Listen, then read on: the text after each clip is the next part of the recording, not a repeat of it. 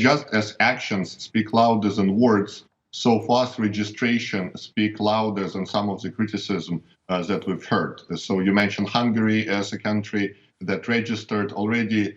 13 countries registered Sputnik V vaccine, including United Arab Emirates, which is really a big opinion maker in the Middle East, sort of windows to the Middle East. And as you mentioned, it is also based on clinical trials in United Arab Emirates.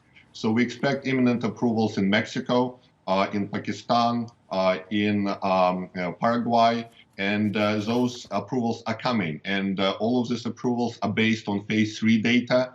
And it's very important to underline that just as Sputnik, Pfizer, and Moderna also have phase 3 trials ongoing, they will also be finished in 2022 and 2023 for those vaccines. So all of this is based on interim data, but regulators review our interim data and approve vaccine because the interim data of phase 3 is stellar.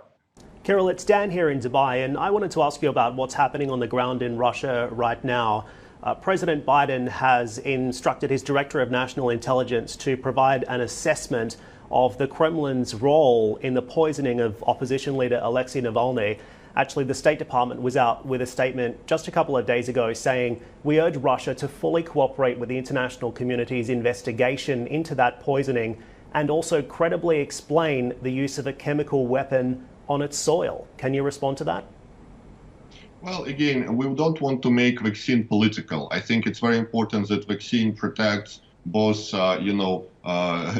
opposition people and non-opposition people. We have lots of journalists who were criticizing vaccine before who now took the vaccine and feel very protected. So we don't want to politicize vaccine. I think it's very important that politics stay separately. There is no question that the vast majority of Russians support President Putin's policies. And it's very important to have dialogue with the US, dialogue with other nations. Russia is open to such dialogue.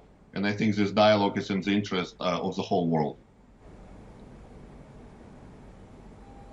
And I'm sure you've seen that Navalny's jailing has sparked some of the largest protests that we've seen across Russia and major cities across Russia. Thousands of people taking to the streets, the United States now demanding his release.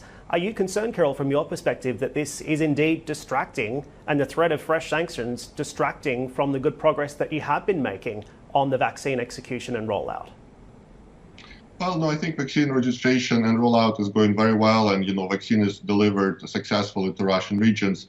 And I would qualify it. I mean, those were clearly not the largest protests, and it's very important that the West gets good information and proper information. So, the number of people in Moscow protests is estimated somewhere between 4,000 people and around 30,000 people.